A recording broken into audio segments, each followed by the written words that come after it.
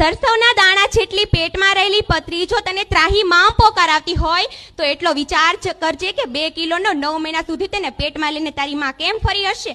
નાનો હતો ને ત્યારે માની પથારી ભીંજવતો હતો, મોટો થઈને માની આંખ ભીંજવે છે। વાહ દીકરા વાહ, તને માને ભીનાશમાં રાખવાની ટેવ પડી ગઈ છે। પરંતુ એટલું યાદ રાખજે કે રડવું હશે ને તો ખંભો કોઈને મળી જશે, પરંતુ ખોળો તો માત્ર માનો જ મળશે। અત્યારે જીવતા મા બાપને ચૂપ કરે છે અને મર્યા પછી તેમના ફોટાને ધૂપ કરે છે। કેવી કરુણતા!